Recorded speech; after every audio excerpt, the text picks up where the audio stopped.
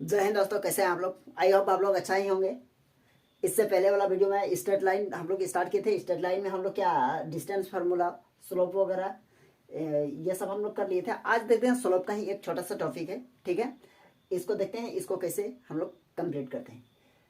बहुत सिंपल सा है, एकदम आराम से देखिएगा। यानी हम लोग स्ट्रेट लाइन के जो चैप्टर शुरू किए हैं ना, जो स्ट्रेट लाइन के चैप्टर शुरू किए हैं, तो यदि स्टार्टिंग से देख रहे हैं, यानी वीडियो 1 2 इस तरह करके नंबर क्या हुआ है, उसमें आप जाके अगर 1 से लेकर 1 टू सीरियल वाइज देखते हैं ना, 1 2 3 इस तरह जो भी नंबर है, तो आपको बिल्कुल समझ में आ जाएगा यानी स्लोप क्या है और हम लोग क्या चीज़ के बारे में बात कर रहे हैं उसको भी हम लोग डिस्कस करेंगे। अभी स्लोप यानी स्लोप क्या होता है उसके बारे में हम लोग इससे पहले हम लोग चर्चा कर चुके हैं। अभी हम लोग देखेंगे क्या है the slope of a line when coordinate of any 2 points on the line are given. कहने का मतलब ये है, अगर हम लोग ऐसे नॉर्मल भाषा में यह कहे, यानी 2 पॉइंट दिया हुआ है, okay, any 2 points, any 2 points. यदि हम लोगों के पास 2 पॉइंट्स गिवन है, यानी कोई 2 बिंदु है, यानी 2 पॉइंट्स है, उसका हम लोग स्लोप निकालेंगे, ओके। इससे पहले वाला वीडियो में हम लोग क्या किए थे, यानी थीटा का कुछ दिया हुआ रहता था वैल्यू और हम लोग उसका स्लोप निकालते थे। यानी क्वेश्चन में आएगा, यानी हम लोगों को क्या है, एंगल दिया रहेगा, इंक्लिनेशन एंगल, और हम लोगों को स्लोप निकालना है, ठीक है। तो अभी देखिए इसमें क्या कह रहा है, इस क्वेश्चन में हम लोगों से यही चीज मांगा जा रहा है। यदि हम लोगों के पास कोई लाइन है, ओके, अब कोई लाइन के 2 पॉइंट्स दिए हुए हैं, 2 कोऑर्डिनेट्स है ना, और दोनों कोऑर्डिनेट्स हम लोगों को पता है, लेकिन उसी के मदद से हम लोग क्या करेंगे, उसके मदद से हम लोग स्लोप को कैसे फाइंड करते हैं इसके बारे में हम लोग अभी देखेंगे, ठीक है। एकदम बिल्कुल आराम से देखिए, एकदम बहुत सिंपल है। देखिए कहने का मतलब यह है, यदि सपोज कीजिए, क्या कहा जा रहा है, सपोज कीजिए ये कोई एक, अब चलिए इसी से समझा रहे हैं। सपोज कीजिए ये कोई पॉइंट है P और ये कोई पॉइंट है Q, ओके। अब इसका सपोज कीजिए ये x1 और कोमा ये y1 है और ये इसका है x2 कोमा y2, ओके, ये है। अब इसको हम लोग क्या करेंगे, देखिए ये एक पॉइंट है और ये एक पॉइंट है, इसका स्लोप हम लोगों को निकालना है। या फिर ऐसा भी हो सकता है, ये देखिए ये है और एक ये कह सकते हैं इस तरह। सपोज कीजिए यहाँ एक है और यहाँ एक है, ठीक है। तो देखिए अब इसका स्लोप कैसे निकालेंगे, तो देखिए यहाँ भी कुछ एंगल बन रहा है ना, और यहाँ भी कुछ एंगल बन रहा है। ये θ1 है, इसको θ2 मान ले, तो यहाँ का सपोज कीजिए ये P है और ये Q है ना। अब किसी भी तरह से आप समझ सकते हैं, इसको हम लोग क्या मानेंगे, x2 और सॉरी ये x1 होगा और ये y1, और यहाँ हो जाएगा x2 और ये y2 होगा। क्लियर है। यानी हम लोगों के पास 2 जगह में पॉइंट रहेगा, ओके, 2 जगह में हम लोगों के पास क्या रहेगा, कोऑर्डिनेट रहेगा, और उस दोनों पॉइंट्स के मदद से हम लोग क्या निकालेंगे, स्लोप निकालेंगे, ठीक है। मोटा मोटी बात यही है।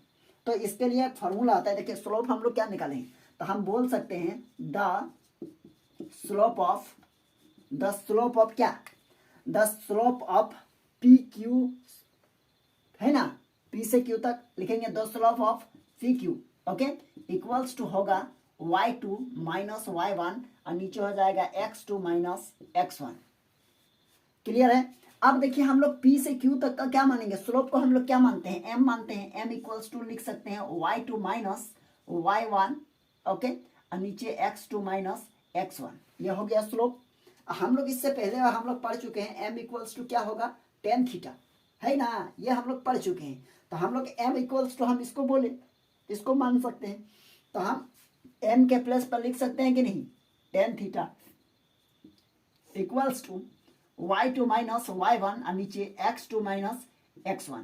ये भी तो हो सकता है, बिल्कुल हो सकता है, और ये भी तो होगा, बिल्कुल होगा।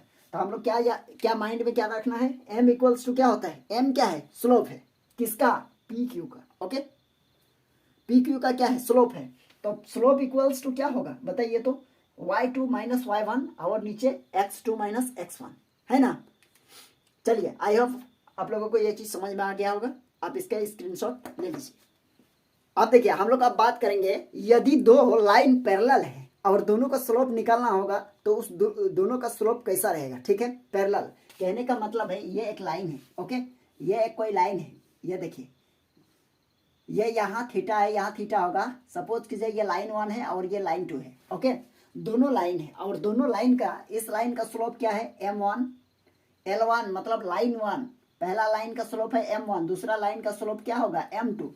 यदि ये इसको हम लोग मान सकते हैं θ1, इसको मान सकते हैं θ2, तो हम लोगों को स्लोप से मतलब है, क्या चीज से मतलब है, स्लोप से। तो L1 का स्लोप M1 है और L2 का स्लोप क्या है M2। तो यहां लिखेंगे if line 1 parallel to line 2 then whose slope R क्या होगा, M1 इक्वल्स टू M2। ठीक है, ये फॉर्मूला है, याद रखिएगा। यदि वो दोनों को अगर पैरेलल है तो दोनों का स्लोप क्या होगा, इक्वल होगा। ओके, और एक पॉइंट ये एक हो गया, और दूसरा पॉइंट ये है, सपोज कीजिए कोई लाइन है, ओके, ये इसको हम लोग मान सकते हैं लाइन 2, और इस पर परपेंडिकुलर है ये लाइन 1 है। ठीक है, तो लाइन 1 का स्लोप क्या होगा M1 और लाइन 2 का स्लोप क्या है M2। यदि दोनों लाइन यानी दोनों लाइन क्या है, परपेंडिकुलर टू ईच अदर, एक दूसरे पर क्या है, लंबवत है, तो इस सिचुएशन में क्या होगा, दोनों का जो स्लोप होगा ना, दोनों का स्लोप मल्टीप्लाई होके क्या होगा -1। तो हम लोग लिख सकते हैं M1 into M2 equals to -1। Okay, ये वाला याद रखिएगा। यह किस कंडीशन में होता है, परपेंडिकुलर में, और यह कब होता है, इक्वल कब होता है, पैरेलल में। ठीक है, यदि लाइन 1 और line 2 perpendicular to each other then whose slope are M1 into M2 equals to -1। ठीक है, आई होप ये क्वेश्चन समझ में आ गया होगा। चलिए आप इसके स्क्रीनशॉट ले लीजिए। अब हम लोग एक दो एग्जांपल करके देखते हैं, तो हम लोगों को बिल्कुल समझ में आ जाएगा। चलिए अब हम लोग एग्जांपल यहाँ हम लोगों के पास है, देखते हैं एग्जांपल में क्या कहा जा रहा है। इसको एकदम अच्छा सा समझते हैं, और समझने के बाद इसको एक क्वेश्चन देखिए, ये क्वेश्चन A B C और D है। इसमें से ये क्वेश्चन जो है ना, तीनों एक ही जैसा है और ये थोड़ा सा अलग है, तो इस तीनों में से कोई एक हम बना देंगे, बाद बाकी बना लीजिएगा। देखिए बहुत सिंपल है। क्वेश्चन में क्या कहा जा रहा है, पहला, passing through the point 3, -2 and -1, 4 है। यदि कोई लाइन है ना इस और इस पॉइंट से पास हो रहा है तो उसका स्लोप क्या होगा, है ना, फाइंड द स्लोप। यहाँ देखिए फर्स्ट में कहा गया है फाइंड द स्लोप।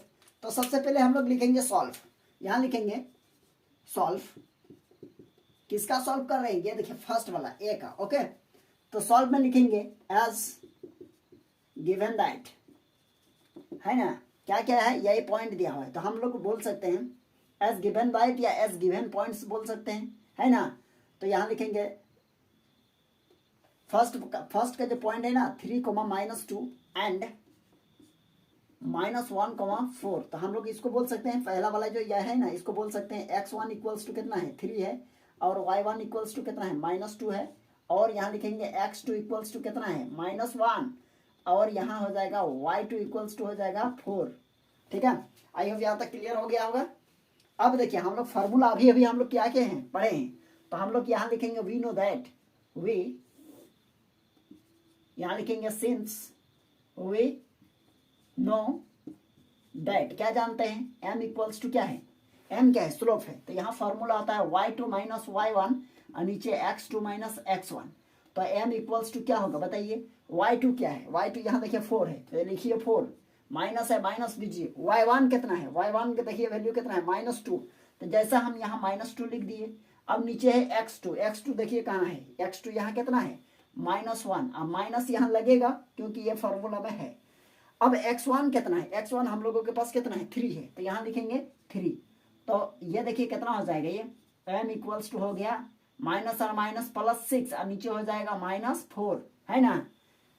तो -6 बाय -4। अब इसको क्या करेंगे, ये कटेगा तो 2 से कटेंगे, 2 3 जा कितना हो जाएगा 6 हो गया, और 2 2 जा 4, तो m का वैल्यू हो गया, ये माइनस को ऊपर कर दीजिए -3/2, तो m का वैल्यू क्या निकला -3/2।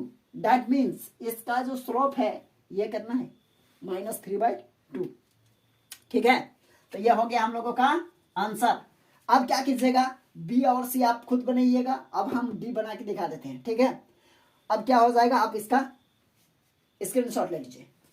यहाँ क्या है, अब हम लोग देखेंगे ये डी नंबर में, डी में बोला है making inclination of 60 degree with the positive direction of x axis इसके बारे में भी पॉजिटिव डायरेक्शन क्या होता है, नेगेटिव डायरेक्शन क्या होता है, इंक्लिनेशन क्या होता है, इसके बारे में हम लोग इससे पहले वाला वीडियो में क्या किए हैं, चर्चा कर चुके हैं, है ना। तो जाके आप अगर नहीं देखे पहला वीडियो, इससे पहले वाला वीडियो, तो आप जाके पहले देख लीजिए, इसके बाद ये सब वीडियो देखिएगा ताकि आपको समझ में बिल्कुल आ जाए। तो सबसे पहले यहाँ लिखेंगे एज गिवन दैट, क्या क्या गिवन है, as given that theta equals to कितना दिया हुआ है, देखिए तो 60 डिग्री। ओके, अब यहाँ लिखेंगे सिंस वे नो दैट, क्या जानते हैं, m इक्वल्स टू होता है क्या, स्लोप का फॉर्मूला tan थीटा। अब थीटा कितना है देखिए तो 60, तो यहाँ लिखेंगे tan 60 डिग्री, और tan 60 का वैल्यू होता है √3। दैट मीन्स थीटा का जो m का जो वैल्यू हो गया वो क्या हो गया, √3 हो गया। उसका मतलब यदि वह x एक्सिस के साथ 60 डिग्री के कोण बनाते हैं तो उसका स्लोप कितना हो जाएगा, √3 हो जाएगा। ठीक है, यह हो जाएगा आंसर। चलिए डी नंबर भी हम लोगों का क्या हो गया, कंप्लीट हो गया। तो आई होप अभी आज का लेक्चर आप लोगों को पसंद आ गया होगा। तो क्या कीजिएगा, यदि इससे पहले वाला वीडियो नहीं देखे हैं तो आप जाके उसको देख लीजिएगा, और फिर हम लोग नेक्स्ट क्लास में फिर चर्चा करेंगे। चलिए, थैंक यू।